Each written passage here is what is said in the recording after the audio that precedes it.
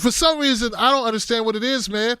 The blacks don't seem to be buying Elizabeth's whole bum dickily do dickily dum. Bum chicka bum bum. Jesus Christ, Tim Black. They're not buying the wavering voice. Well, I think it's time. Like, no one's buying into that fake shaky voice thing. Like, not a lot of blacks are buying it. It just reminds them of a time of, like, back in the Gone with the Wind days. That wasn't a good time for us. You know, she's stuck in the wrong era. Maybe there are white people that look fondly at the, 1910s.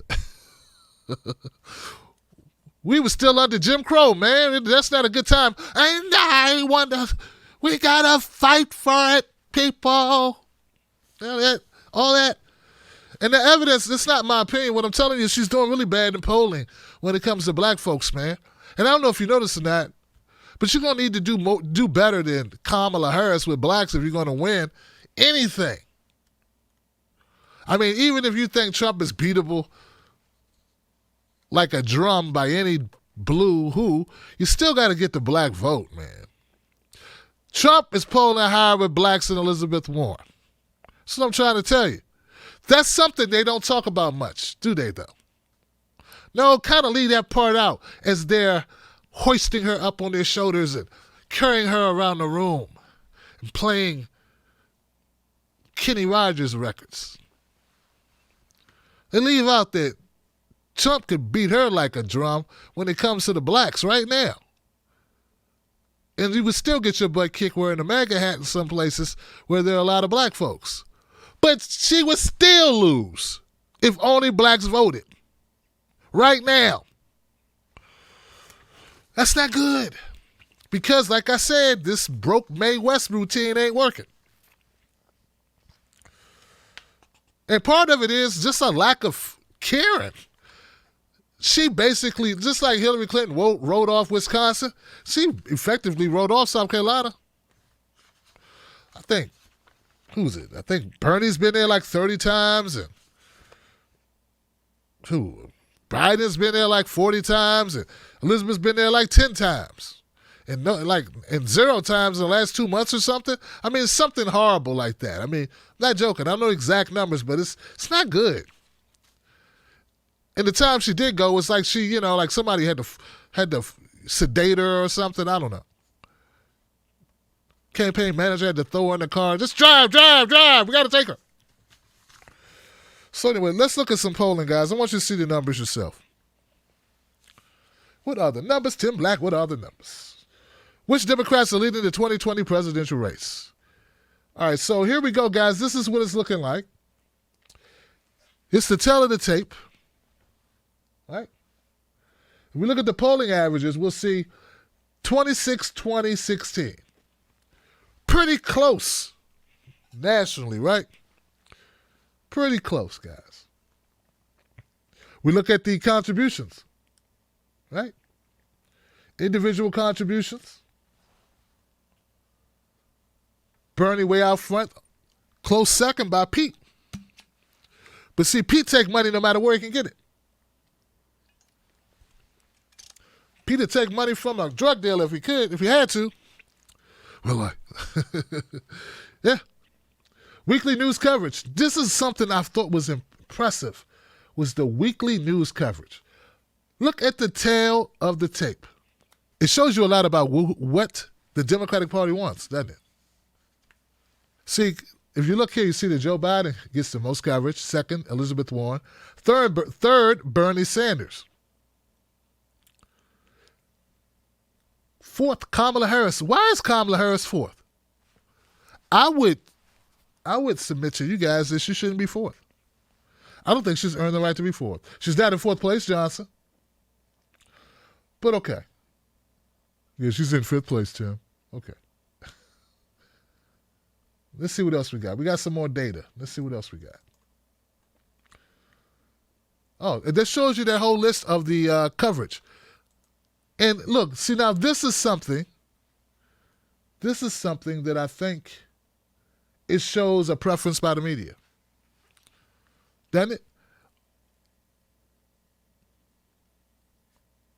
Andrew Yang has zoomed up past a number of people here when it comes to press coverage. We see that Beto O'Rourke has outraised pretty much he's right outside of Pete Buttigieg and Kamala Harris, but when it comes to coverage, he's down. He's down. Cory Booker, Amy Klobuchar. Why is Amy Klobuchar getting more coverage than Julian Castro and Tulsi Gabbard? I mean, don't get me wrong, I understand it totally. What I'm saying is I don't think it's fair, is what I should say. It's not fair that Tulsi Gabbard and Julian Castro are getting less coverage than Amy Klobuchar. Amy Klobuchar is not an interesting candidate at all. There's nothing that she is offering. We already got a white woman polling well, right? Elizabeth Warren polling very well. We don't need Amy Klobuchar, a prosecutor. And see, I'm very consistent. I don't support Kamala Harris. Wouldn't even consider a prosecutor as a presidential candidate that I would endorse or support. I don't think that prosecutors should be presidents or vice presidents. And Amy Klobuchar was a prosecutor as well. I don't think she should be a president or a vice president. Putting aside for the fact for a second, Johnson, that she's as interesting as beige paint. But come on. So, another thing that's been happening, I don't know if people notice, Joe Biden has been showing signs of weakening even further, more than just these polls show. I mean, he was up significantly compared to the other candidates. Something happened recently where he started pulling his digital ads. This is not the time to pull digital ads. So people say this is a sign of lack of money, lack of fundraising. It may be that the horses are starting to circle around Elizabeth Warren preemptively. I don't know if Joe Biden's going to take that one. I don't know if he's going to take it standing up. It says that Joe Biden has shifted his spending priorities toward traditional tactics, like buying television ads in Iowa. But that strategy has not paid dividends so far. Ms. Warren, a leading rival for the 2020 nomination, recently surpassed him in a key Iowa poll. Now remember, guys, all these polls are just snapshots in time. They're not indicative. There's no certainty at all. These could change tomorrow. In fact, they may have changed. I think the date was the 23rd through the 26th. But you have to have something to go on besides my toe, my pinky toe was swelling up. Or my gout came back. Or my knee felt funny. You can't just go by your gut. My gut feeling is, you can't just go by gut feeling. You got to try to root it in something tangible that is somewhat measurable, even if it is fallible and subject to tampering and cherry picking by the establishment. Man, I'm telling you, we're on something tonight, Johnson. So I got a couple more polls. Check this out, guys. A couple more breakdowns about who's in the lead, what's in the lead, why they're in the lead, and what's going on. Who's getting news coverage? I think we already covered that, right? A candidate's ability to make news and draw the attention of voters and cameras is a major asset in any campaign. The statistic tracks what candidates are breaking through, or which candidates are breaking through on cable television, which helps the perceptions of the race among highly engaged voters in the wider media. Being talked about also isn't always a good thing, it says. It can also mean a candidate made a major mistake or confronted damaging information from his or her past. I think they added that because of Joe Biden. Yeah, they don't want you to think, he's just running away with it because it's great. It's because Fox is coming at him. And so is, everybody else. I want you to think it's all positive because it's not. But here we go. Here goes the amount of time, guys. Total mentions in 2019, 49,000, almost 50,000, 49,000. Bernie Sanders, 19,000. Look at this. Look at the gulf of difference here between Bernie Sanders and Elizabeth Warren and Joe Biden. In fact, you can combine both Bernie and Elizabeth together And they wouldn't equal the amount of coverage that Joe Biden has rendered from the three major networks. So this, folks, tells you everything you need to know.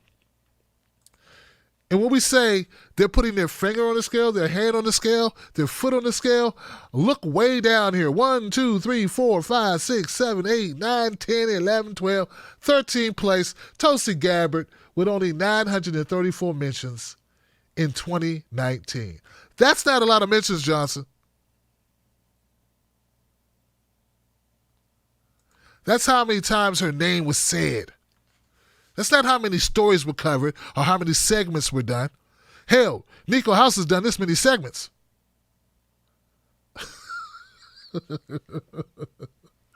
And the Carvo Couch have done this many segments.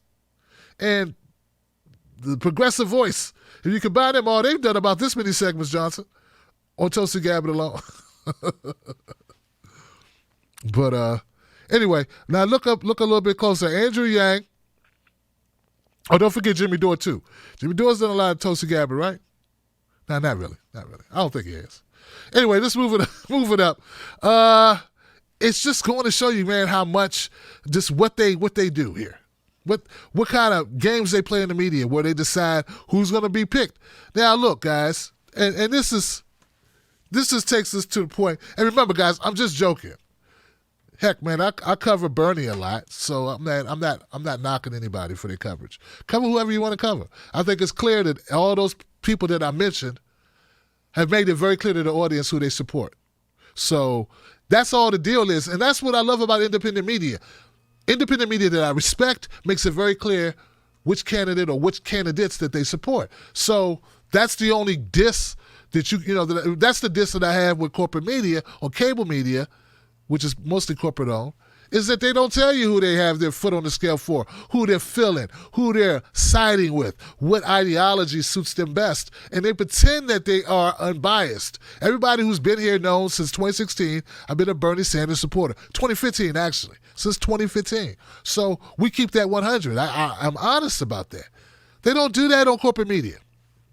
Now, the important point about all of this as you look at that graph, as you saw the numbers about who's getting the coverage, you got to think about it like this. Which came first, the chicken or the egg? Are people interested in candidates, and that's why they show them? Is that what drives them showing the candidates? How do people think that it's the interest level of the public which makes them show or not show a candidate more or less often? Or are you like me and believe they show a candidate more or less often, which drives the interest of the viewer? The interest of the viewer is mandated or influenced highly by the amount of coverage that a candidate gets. Because how can you be interested in a candidate who you don't know anything about? I mean, you may be with your spouse for a lot of reasons, but one of those reasons, I hope, is that you met them first. Kind of hard to be into someone you don't know and you know nothing about. Kind of hard, right? So not everyone has the amount of time. Not everybody devotes the amount of time that we devote to politics. And that's the reason why it's so damaging what they do. All right? And I don't think we get any disagreement there. I think everybody believes that, right? Couple more polls here. Check this out. In the latest national poll, as you can see here, not that far off, right? You get to the NBC polls. Goodness gracious. The Reuters polls and the Ipsos polls are pretty close. Look at the swing in polls, depending on what you watch or which one you're following. And the amount of time, the date. So things move round and round, right? Round and round the polls move. That's what I say. We really can't put too much stock in a poll. Don't go betting the house. Don't go betting the mortgage money or the rent money or the car note on these polls, man, because you're gonna lose your money. A new CNN poll of likely Democratic voters puts Biden ahead at 37%, Warren at 16%, Sanders at 11%, Buttigieg 4%, Harris 3%, Steyer, I don't even know why he's in this thing, Well, I know why. Scumbag. Because he paid a lot of money, Johnson. That's why. Now, the Nevada caucus goers has a virtual tie. And that's the fact, Jack. Because the margin of error, I think, is a -4 or something. Okay? So it's very interesting stuff there about the polling and where we are now. So I'm not going to get too excited. I hope you guys won't either. We'll keep ourselves rooted in fact and reality. Here's the thing I always want to bring people back to, and it's something that the Warren supporters and the Joe Biden supporters don't want to hear, but Bernie Sanders has over 1 million volunteers.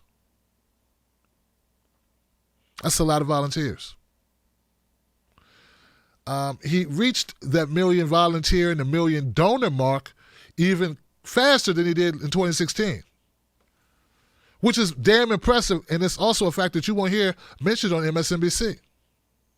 I wonder why, Johnson. Why won't they mention things that are positive about Bernie Sanders if they are so unbiased and just calling it straight? I don't know, Johnson. Maybe because they're not being honest and they're not calling it straight.